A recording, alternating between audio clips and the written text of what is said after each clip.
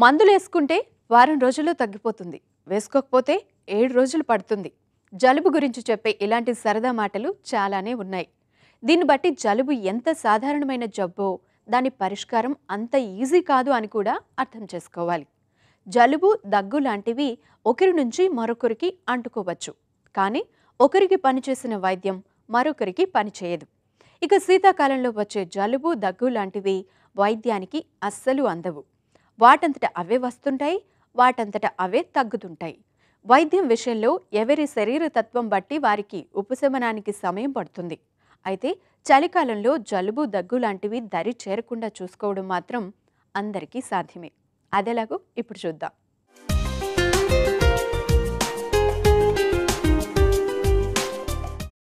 శీతాకాలంలో అత్యంత సాధారణంగా వచ్చే అనారోగ్యం జలుబు, దగ్గు. కొందరికి రెండింటితో పాటు గొంతు నొప్పి కూడా వస్తుంది. శీతాకాలం ప్రారంభమైన నాటి నుంచే కొందరు శ్వాస సమస్యలతో ఇబ్బందులు పడుతుంటారు. అయితే ఇక్కడ అర్థం చేసుకోవలసింది జలుబు, దగ్గు లాంటివి చాలా మందిలో సాధారణ సమస్యలే. శీతాకాలంలో రోగనిరోధక శక్తి ప్రభావవంతంగా ఉండదు.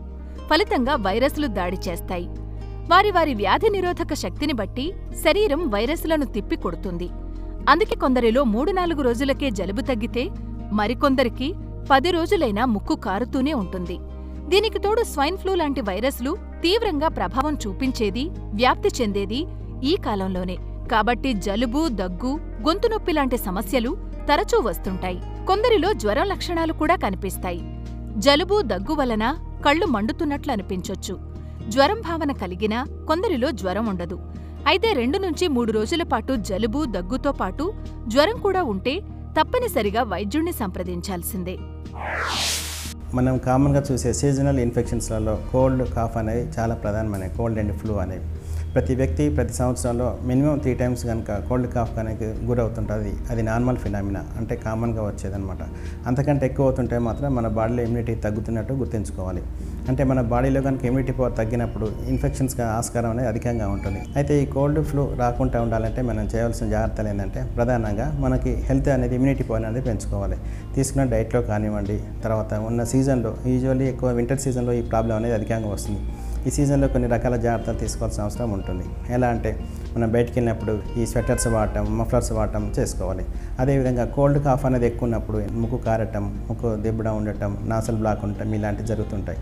ఇలాంటి పరిస్థితుల్లో స్టీమ్ అనేది తీసుకోవడం ద్వారా నాసల్ క్యావిటీ అనేది క్లియర్గా అవుతుంది. అదేవిధంగా యాంటీహిస్టమైన్స్ కూడా మరీ సివియారిటీ అధికంగా ఉన్నప్పుడు యాంటీహిస్టమైన్స్ వాడుతూ ఉండాలి. ఎప్పుడైతే మనకి కోల్డ్, ఫ్లూ అనే సిమ్టమ్స్ ఆపిస్తున్నాయో ఇంట్లోనే రెస్ట్ తీసుకోవటం, తర్వాత ఇంట్లో కూడా పిల్లలకి ఓల్డ్ ఏజ్ పీపుల్కి మనకి మీట్ కాకుండా ఉండాలి. ఎందుకంటే ఒకరి ద్వారా ఒకరికి ఇది కాంటాక్ట్ ద్వారా, తర్వాత ఎయిర్ డ్రాప్లెట్స్ ద్వారా వస్తుంటుంది. కాబట్టి ఇమ్యూనిటీ పవర్ తక్కువ ఉండే వాళ్ళకి, ఓల్డ్ ఏజ్ పీపుల్కి, చిన్నపిల్లలకి వాళ్ళకి టచ్ చేయకుండా ఉండడం చాలా అవసరం. ఈ కోల్డ్ వచ్చినప్పుడు మనకి స్నేజ్ చేయడం ద్వారా వాటిలో సెక్రెషన్స్ మన చేతికంటి, కళ్ళలోకి ఇవి స్ప్రెడ్ అవుతూ ఉంటాయి. కాబట్టి ప్రతిసారి హ్యాండ్ వాషింగ్ అంటే తరచుగా హ్యాండ్ వాషింగ్ చేయడం అనేది తప్పకుండా చేస్తుండాలి. రోగనిరోధక శక్తి చిన్నారులు, వయసు మళ్లిన వారిలో తక్కువగా ఉంటుంది.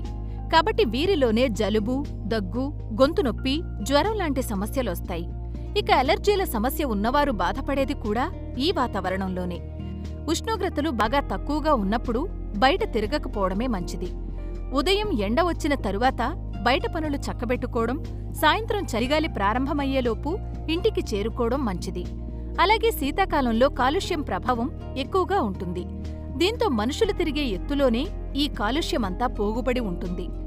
ఈ సమస్యలన్నీ జలుబు, దగ్గుతోనే ప్రారంభమవుతాయి. ఆ తర్వాత కళ్ల వెంట నీరు రావడం, గొంతు నొప్పి, క్రమంగా ఒళ్ళు నొప్పులు, జ్వరం లాంటివి బాధిస్తాయి. కాబట్టి జలుబు, దగ్గు వస్తున్నప్పుడే తగిన జాగ్రత్తలు పాటించాలి. మెయిన్గా రాకుండా ఉండాలి అంటే ఇమ్యూనిటీ పవర్ని ఎక్కువ చేసుకోవాలి. తీసుకున్న డైట్ అనుకోండి, బ్యాలెన్స్ డైట్ తీసుకోవాలి. దాంట్లో ఎక్కువ green vegetables, fruits, nuts, proteins ఉండే ఎక్కువ డైట్ తీసుకోవడం వల్ల మన బాడీలో ఇమ్యూనిటీ పవర్ అనేది పెరుగుతూ ఉంటుంది. అదేవిధంగా వ్యాయామం కూడా రెగ్యులర్గా వాకింగ్ చేయటం, సైక్లింగ్ చేయటం, స్విమ్మింగ్ చేయటం, వీటి ద్వారా చేయటం వల్ల ఏంటి అంటే మన బాడీలో ఇమ్యూనిటీ పవర్ అనేది పెరుగుతూ ఉంటుంది. ఈ కోల్డ్, కాఫ్ కనుక అధికంగా ఉన్నప్పుడు ఫ్లూ సిమ్టమ్స్ ఉన్నాయనుకోండి, ఈ మధ్యన సైన్ ఫ్లూ అనేది కూడా సీరియస్ ప్రాబ్లం అనేది డిటెక్ట్ అవుతుంది. సాధారణంగా ఈ సైన్ ఫ్లూ కూడా ఈ ఫ్లూ సిమ్టమ్స్తోనే జనరల్ కోల్డ్, కాఫ్ లాగానే ఉంటుంది.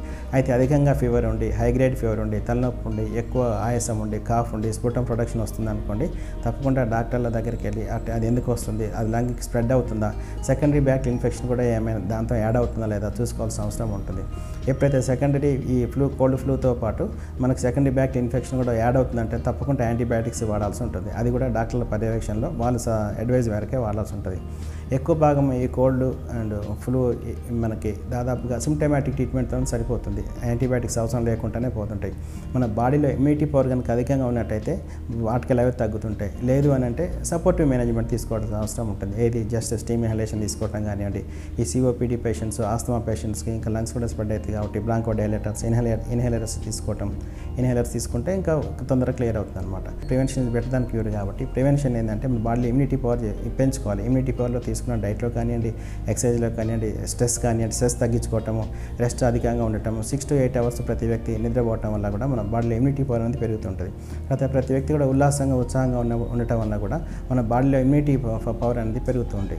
అంటే ఈ సాధారణంగా ఇవన్నీ చెప్పేది ఏంటి అంటే వితౌట్ ట్యాబ్లెట్స్ లేకుండా మనం ఏ విధంగా కంట్రోల్ చేసుకోవచ్చు కోల్డ్ అండ్ ఫ్లూ, కాఫ్ కానివ్వండి, అప్పర్ రెస్పిరేటరీ ఇన్ఫెక్షన్స్.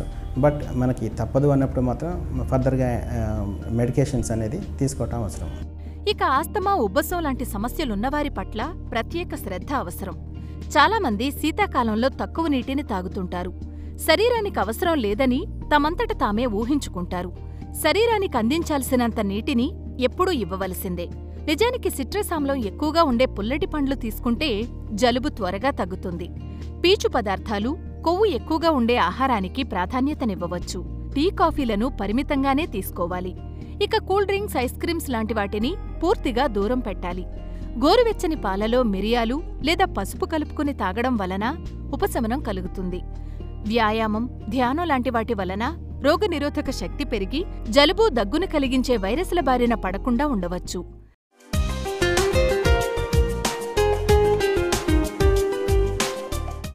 గత ఏడాది కాలంలో నేనసలు ముక్కు చేదనే లేదు, ఎప్పుడూ దగ్గనే లేదు అనేవారు మీకెప్పుడైనా ఎదురుపడ్డారా? అది అసలు సాధ్యం కాని పని. ఓ పరిశోధన లెక్కల ప్రకారం ఏడాదికి పెద్దవాళ్లు 3 నుంచి 6 సార్లు, చిన్నారులు 6 నుంచి 12% జలుబుకు గురవ్వక తప్పదు. అంటే జలుబు, దగ్గు లేకుండా బతకడం ఎవ్వరికీ సాధ్యం కాదు. అలా అని సాధారణంగా వచ్చే అనారోగ్య సమస్యే కదా అని సులభంగా తీసి పారేయకండి. ముఖ్యంగా శీతాకాలంలో దీర్ఘకాలం పాటు ఉండే అనారోగ్యాన్ని జాగ్రత్తగా గమనించండి. వారం కంటే ఎక్కువ రోజులు జలుబు, దగ్గు ఉంటే వెంటనే వైద్యుణ్ణి సంప్రదించండి.